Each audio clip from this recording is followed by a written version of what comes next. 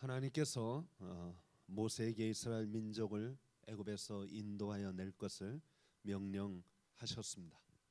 그렇지만 바로는 이런저런 핑계로 허락했다가 또 취소하고 그냥 온갖 방법으로 모세의 제안을 거절하기 시작했습니다. 그렇지만 모세는 바로가 이렇게 저렇게 자기의 제안을 거절하고 회피해도 결코 실망하거나 낙심하지 않았습니다. 그것은 오히려 바로 자신에게 큰 피해로 다가가는 것을 오늘 이 출애굽기 10가지 재앙을 통해서 드러납니다. 처음에 말했을 때 들었으면 10번 재앙을 할 필요도 없는데 계속해서 하나님의 말씀 앞에 순종하지 않고 그 말씀 앞에 오히려 온갖 자기 괴계와 모략으로 그것을 회피하려고 했을 때 더 큰 피해가 그들에게 갔습니다. 하나님은 자신이 하시고자 하는 뜻을 상대방이 원수가 어떻게 하든 간에 반드시 이루시는 분이 하나님이십니다. 그러므로 바로 아니라 바로 할아버지가 와도 하나님의 뜻은 반드시 이루어집니다. 우리가 이 점은 좀 기억할 필요가 있어요. 역사의 주관자는 하나님이십니다. 세상 권세 잡은 자들이, 세상에 힘 있다고 하는 자들이 큰 소리 떵떵 치지만 그렇지 않아요. 역사는 하나님이 주관하시고 주인은 하나님이시다. 우리가 그 뜻을 깊이 생각할 필요가 우리에게 있습니다.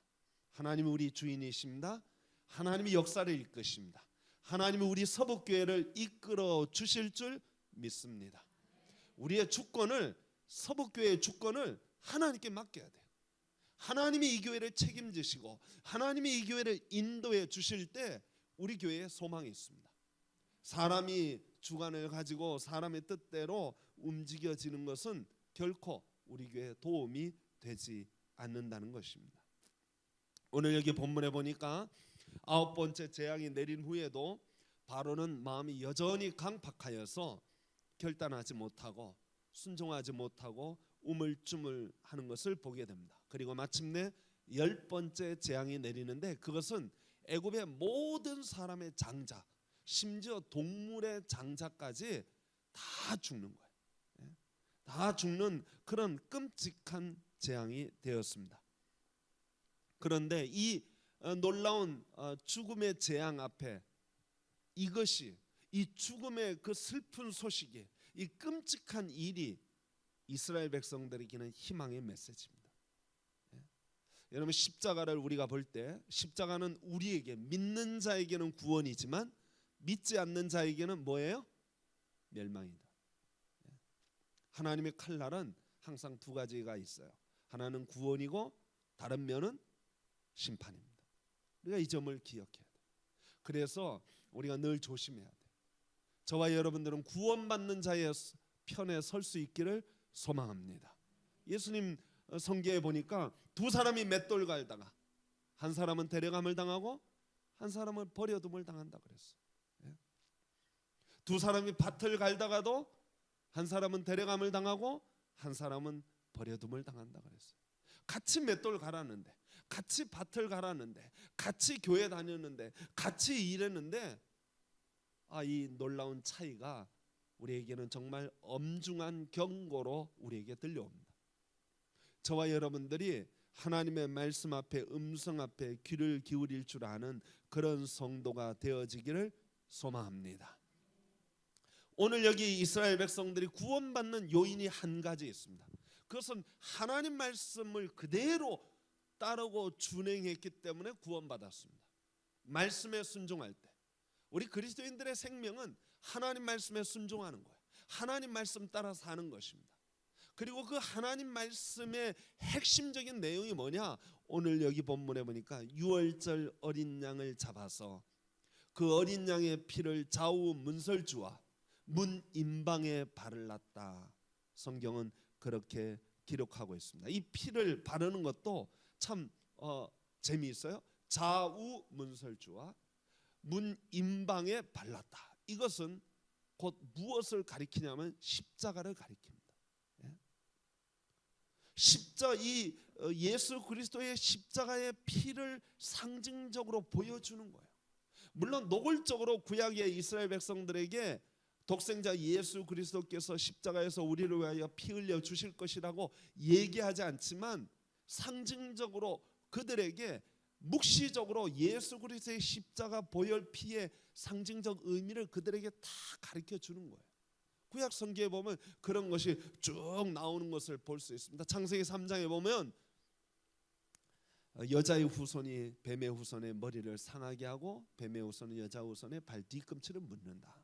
뭐 이런 이야기, 그리고 가죽옷을 지어 입히는 이야기, 이런 것들이 다 구속의 도리를 설명하는 상징적 표현이다. 성경학자들은 모두 공히 이 점에 있어서 동의하고 있습니다. 이스라엘 백성들이 구원받은 것은 바로 그 피 때문입니다. 히브리서 9장 22절에 보면 피 흘림이 없이는 구원함도 없다 그랬습니다. 저와 여러분들이 구원받는 것은 예수 그리스도의 보혈로 구원받는 줄 믿으시기 바랍니다. 예? 우리 예수 그리스도의 보혈로 우리는 구원받는 거예요. 그래서 저와 여러분들에게는 이 보혈의 능력이 얼마나 큰지를 우리는 기억해야 합니다. 보혈의 능력으로 우리가 구원받고 보혈의 능력으로 사단 마귀를 내어 쫓는 줄 믿으시기 바랍니다. 귀신이 들리는 사람이 있어요. 그때 우리가 뭐 다른 능력이 없어도 그들에게 다가가서 주의 보혈 능력이 있도다, 주의 피 믿으오 하고 찬양만 해도요 사단 마귀 꼼짝 못해요. 예? 정말이에요. 믿으시기 바랍니다. 저도 귀신 들린 사람 귀신 쫓아내려 가가지고 뭐 부르니 목사 부르면 어째요? 가야죠. 뭐 갔는데 다른 거 할 일이 없어요. 찬송 부른 거예요. 계속. 그러니까 꼼짝 못하더라고. 남편을 그 두드려 패고 뭐 난리를 쳤는데 가서 찬양하니까 꼼짝 못하고 달달달 떨고 있더라고. 네? 여러분, 이 예수 그리스도의 보혈이 우리를 구원해 주었습니다. 이스라엘 백성들은 유월절 어린 양의 피가 이스라엘 백성들을 구원해 주었습니다. 그 바로의 철권 통치 아래서 신음하며 노예처럼 살던 그 이스라엘 백성들이 해방되는 것은 바로 유월절 어린 양의 피, 그 피가 그들을 구원한 것입니다. 그 피로 말미암아 그들이 그 사망의 음침한 그늘에서 그들이 구원함을 받았던 것입니다. 성도 여러분, 죄의 유혹, 사단의 유혹, 사망의 시험, 모든 시험을 이길 수 있는 것은 예수 보혈밖에 없는 줄 믿으시기 바랍니다. 예수님이 우리에게 그런 말씀했어요. 내가 온 것은 양으로 생명을 얻게 하고 더 풍성히 얻게 하려는 것이다 그랬습니다. 성도 여러분, 유월절의 피로부터 이스라엘 백성들이 자유함을 받고 해방을 받고 거기서 구원함을 받았기 때문에 이스라엘 백성들의 국경일은 유월절입니다. 우리의 국경일은 뭐죠?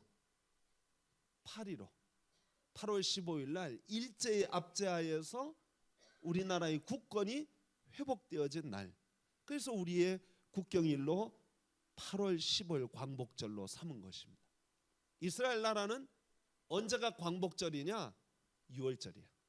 애굽의 압제하에서 하나님의 크고 놀라운 능력으로 건짐 받았기 때문에 6월절을 그들은 광복절로 삼고, 그냥 광복절로 삼는 정도로 끝나지 아니하고 오늘 본문 2절 말씀에 보면은 이런 말씀이 있습니다.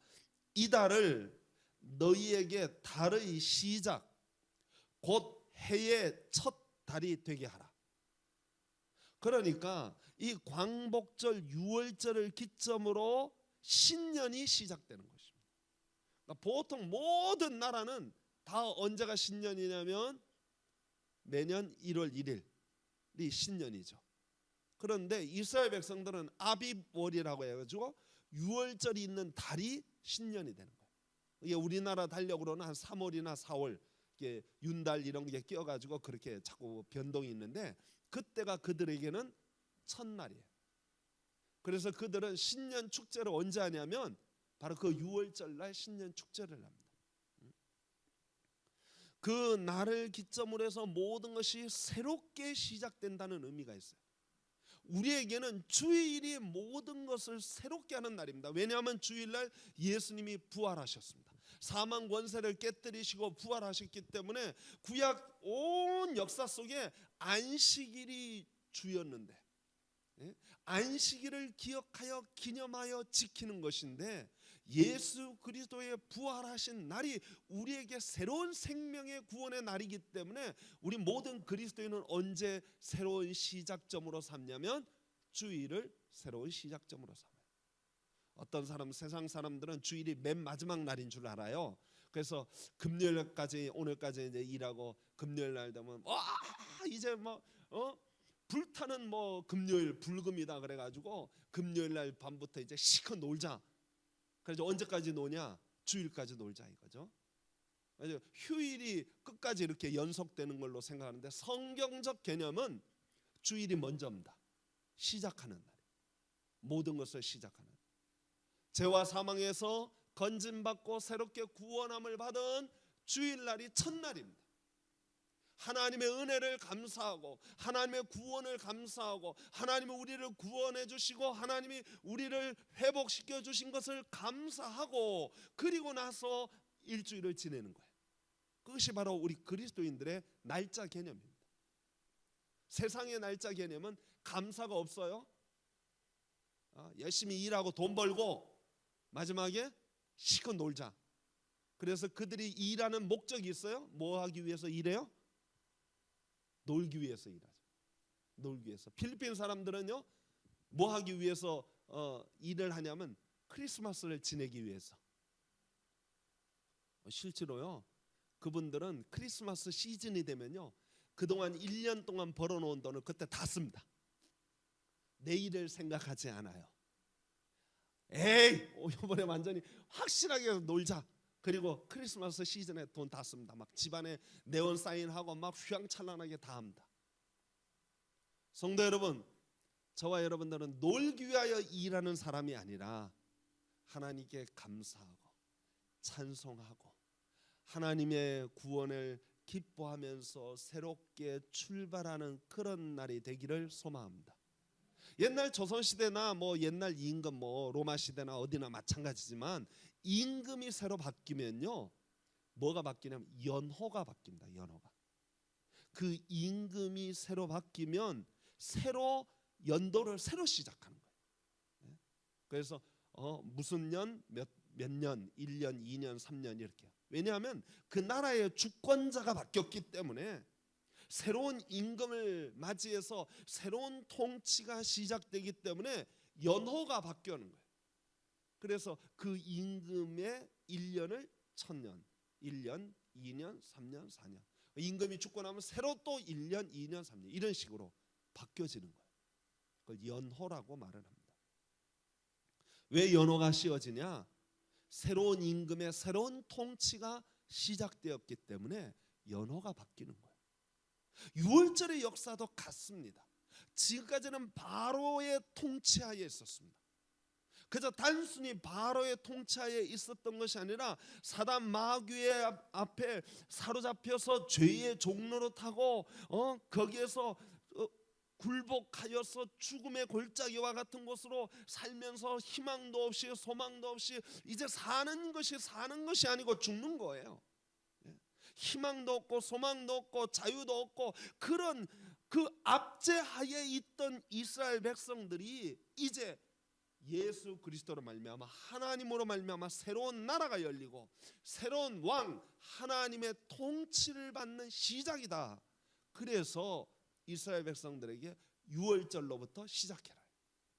첫날을 유월절로부터 시작하라는 것입니다. 이 날이야말로 새 생명을 받은 날이고 이 날이야말로 새로운 나라가 시작한 나라라는 것입니다. 여러분, 한 가정에 어린아이가 새로 태어나면 그 아이의 나이를 어떻게 계산합니까? 내 아들이니까 너는 내 나이에 플러스 이제부터 내 뒤를 이어서 네가 살아라. 그래가지고 아빠 나이하고 더해가지고 아기 나이를 계산합니까? 그렇지 않잖아요. 새로운 생명의 시작은요, 새로운 해의 시작입니다. 그래서 그때부터 나이를 1년, 1살, 2살, 3살 이렇게 계산을 해 나가는 것입니다. 그래서 매년 생일날만 되면 뭘 기억해요? 자기 출생을 기억하고 생일 기념하여 생일 잔치를 하는 것입니다. 다 자란 성인은요, 결혼 기념일을 지켜요. 결혼 기념일을 왜 지키냐면 결혼하기 전까지는 누구의 지배라고 보다 누구의 다스림을 받으면서 살았냐면 아빠 엄마의 다스림을 받으면서 살았어요. 주권자가 아빠 엄마예요. 아빠 엄마의 말을 듣고 살 수밖에 없어요. 그런데 결혼하여 한 가정을 이루면 이제 주권자는 누구냐? 본인이에요. 그래서 새로운 해의 시작입니다. 그래서 결혼 기념일을 기억하여 지키는 거예요. 왜냐하면 그날은 내가 주권자로 새롭게 선 날입니다. 연호가 새로 시작되듯이 주권자로 새롭게 시작하는 날이기 때문에 그것을 지키는 거예요. 그래서 성경에서는 내 부모를 떠나 내가 이제부터 독립하여 내 나를 새롭게 계수하라, 그런 뜻입니다. 그러므로 이 유월절과 생일과 결혼기념일은 어쩌면 비슷한 의미가 있는데 생일과 결혼기념일에 비교할 수 없을 만큼 유월절은 의미가 중요합니다. 이것은 이스라엘 민족의 역사에 있어서 결정적인 순간입니다. 하나님의 권세로, 하나님의 권능으로 죄와 사망에서 건짐받고 영원을 바라보며 나아갈 수 있는 것이기 때문에 굉장히 중요한 거예요. 여러분, 역사를 살펴보십시오. 예수 그리스도의 모형이신 어린 양의 희생으로 말미암아 유월절이 이스라엘의 새로운 시작이라면 오늘날 우리가 연도를 계산할 때 올해가 몇 년도죠? 아시는 분? 2015년. 2015년이 언제부터 2015년으로 계산돼요? 몇 년부터 그러니까 뭘 기점으로 해서 2015년이 시작되냐면 우리나라에서 서기 2015년 이렇게 말을 해요. 서기부터 시작해서 2015년. 서기가 도대체 무슨 뜻이냐? 잘 몰라요. 이거는 서양에서부터 출발했는데 라틴어에서는 안노 도미니 해가지고 주님이 태어난 해로부터라는 뜻입니다. 서양 기독교권에서는 뭘 새롭게 날짜를 계산하냐면 주님이 태어난 해로부터 날짜를 새로 시작하는 거예요. 새로. 그래서 주님이 태어난 해로부터 올해가 몇 년이냐? 2015년. 물론 중세시대 때 학자들이 그걸 정했는데 중세시대 때 학자들이, 역사학자들이 계산을 잘못해가지고 예수님 태어난 걸요, 사실은 BC 4년인데 4년 뒤로 태어난 줄 착각한 거예요. 계산 잘못한 거예요. 생일을 계산 잘못했어요. 그래서 사실은 조금 오류가 있기는 하지만 의미는 뭐냐? 의미는 주님이 태어난 해로부터 역사가 바뀌었다는 거예요. 그때부터 인류의 역사가 새롭게 시작되는 거예요. 그래서 역사라는 영어 스펠을 어떻게 하는지 아세요? 히스토리라고 그래요. 히스토리.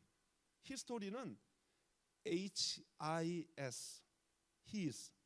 그 다음에 스토리, S-T-O-R-Y. 그의 이야기라는 뜻입니다. 그의 이야기가 누구예요? 예수님이에요. 예수님으로부터 시작해서 예수님의 역사가, 예수님으로 말미암아 구원받은 자들의 역사가 이제 새롭게 시작되어졌다 하는 그런 뜻입니다. 여러분, 저와 여러분들은 2015년 할 때 그저 서양 사람들을 생각하는 그냥 달력이 새롭게 바뀌어지고 해가 새롭게 바뀌어지는 그런 의미로 우리가 이해하지 말고 우리는 어떻게 이해해야 되냐? 아, 내가 구원받은 날. 누구로부터? 예수 그리스도로 말미암아 주님이 오셔서 우리의 인생이 새롭게 되어진 이 날, 그걸 기억하는 거예요. 그래서 성탄절은 바로 이스라엘 백성들이 유월절을 기념하여 지키는 것처럼 우리에게는 뭐가 중요해요? 실체이신 예수 그리스도. 이스라엘 백성들은 유월절 어린 양의 피로 기억하여 유월절을 지킵니다. 제가 이스라엘 대사관에서 주최하는 6월절 만찬에 한번 초대를 받아서 간 적이 있었어요. 이태원에 있는 이스라엘 대사관에 가서 이스라엘 한국에 있는 유대인들이 모여가지고 6월절 만찬하는 자리에 제가 초대받아 간 적이 있습니다. 가서 보니까 아이들에게 그날 다 회당에 모여가지고 이렇게 예배를 드리면서 6월절의 의미를 쭉 설명을 하는 거예요. 그리고 만찬장으로 옮겨져서 식사 자리에 쭉 가족들이 다 둘러앉은 자리에서 랍비가 서서 무교병을 이렇게 탁 띄어가지고 주면서 마치 우리 성찬 베풀듯이 주면서 이 떡은 이스라엘 우리 선조들이 애굽에서 탈출할 때 먹었던 그 떡이다. 우리 민족이 어디서부터 출발했는지 너희들 기억해라. 그리고 그걸 천천히 설명하는 거예요. 굉장히 의미 있게 거룩하게 지내요. 유대인들은 빵떡 모자 같은 거 조그만 거 하나 여기다 탁 쓰거든요. 다 쓰고 나와가지고. 그런 의미에서 오늘날 우리 기독교인들은 삶의 새로운 시작인, 우리 뭐 각자 구원받은 날이 다 다르잖아요. 그날은 우리가 또 어떤 분은 기억하는 분도 있고 기억 못하는 분도 있고 그렇잖아요. 그래서 우리가 그걸 지키기는 굉장히 어려워요. 그런데 언제를 기점으로? 예수님 탄생하신다. 성탄절이 우리에게는 모두가 공히 기억하고 기념하여 지키는 날입니다. 이날로 인하여 우리가 죄와 사망에서 건진받은 것, 이날부터 우리는 날수를 계산하여 옛사람이 죽어지고 새사람으로 거듭난 날이에요. 새로운 역사의 창조가 시작된 날입니다. 전에는 우리가 죽을 수밖에 없었어요. 그러나 이제는 살 운명이에요. 영원한 운명이 우리에게 있는 거예요. 그러므로 이제 우리는 더 이상 애굽에 주저주저하며 앉아 있을 필요가 없습니다. 오늘 여기 본문에 보니까 급히 나갈 준비하고 있어라 이거야. 뛰쳐나가라 이거야. 너는 애굽에 살 사람이 아니다. 너는 하나님이 약속하신 하나님의 나라에 가서 살아야 한다. 세상의 욕심, 세상의 야망, 세상의 뭐 일들은 애굽 사람들에게 맡기고, 피라미드 만드는 일, 벽돌 찍어내는 일, 너희들 이제는 그런 일 하지 마라. 너희들이 해야 할 일은 하나님의 나라와 그 의를 위하여 힘쓰고 애쓰라. 너희들의 목표와 비전은 다른 것이다. 그러면서 이제 출발할 준비해라. 전에 애굽 사람 고기가 막 곁에서 그 국물 조금 얻어먹고 마늘 좀 얻어먹고 애굽 사람들에게 좀 나를 이뻐해 주면 고마워가지고 막 이러던 때는 이제 지나갔다는 거야. 너희는 하나님 나라의 백성이다. 하나님 나라의 시민이다. 더 이상 종이 아니다. 더 이상 노예가 아니다. 세상의 쾌락, 세상의 염려, 세상의 것들에 얽매이며 살지 마라. 하나님 나라를 바라보며 살아라. 이것이 바로 영광의 길이고 이게 바로 축복의 길이다. 바로 이걸 설명하고 있는 거예요. 성도 여러분, 저와 여러분도 오늘 이 6월절 만찬을 생각하면서 우리가 기억해야 할 것은, 우리에게 6월절은 언제냐? 성탄절, 예수님 오신 날이에요. 우리에게 이 날의 의미는 무엇이냐? 새롭게 출발하는 것, 옛사람 벗어버리고 세상의 것 거기에서 얽매여 사는 사람이 아니라 저와 여러분들의 삶의 목적과 방향이 이제 그의 나라와 그의 의. 우리 요리문답에 항상 1번으로 얘기하잖아요. 삶의 목적이 무엇이냐? 사람의 근본이 무엇이냐? 하나님께 영광을 돌리고 그 나라를 영원토록, 그분으로 인하여 영원토록 즐거워하는 것이다. 성도 여러분, 여러분의 삶의 목적이 무엇입니까? 여러분 무엇 때문에 살고 계십니까? 돈 때문입니까? 건강 때문입니까? 무엇 때문입니까? 저는 돈 많이 벌어야 한다고 생각합니다. 저는 건강해야 된다고 생각합니다. 저는 우리가 모든 그리스도인들이 잘 살아야 된다고 생각합니다. 왜요? 하나님 나라와 그 일을 위하여. 그게 수단입니다. 목적이 아니에요. 그게 목적 삼아 사는 사람이 세상 사람입니다. 근데 우리 그리스도인은 그걸 목적으로 삼는 게 아니에요. 우리는 하나님 나라와 그 의를 위하여 사는 거예요. 수단입니다. 수단이 많으면은 좋죠. 왜냐하면 그는 더 풍성하게 일할 수 있기 때문에. 그래서 우리 모든 성도들이 하나님 나라와 그 의를 위하여 살아갈 때 여러분들의 그 나라와 그 의를 위하여 살기 위한 수단과 뭐 여러 가지 건강, 물질 이런 것들이 풍성해져서 정말로 크게 쓰임 받을 수 있는 우리 모든 성도들이 되기를 소망합니다. 우리는 더 이상 애굽에 머물 필요가 없습니다.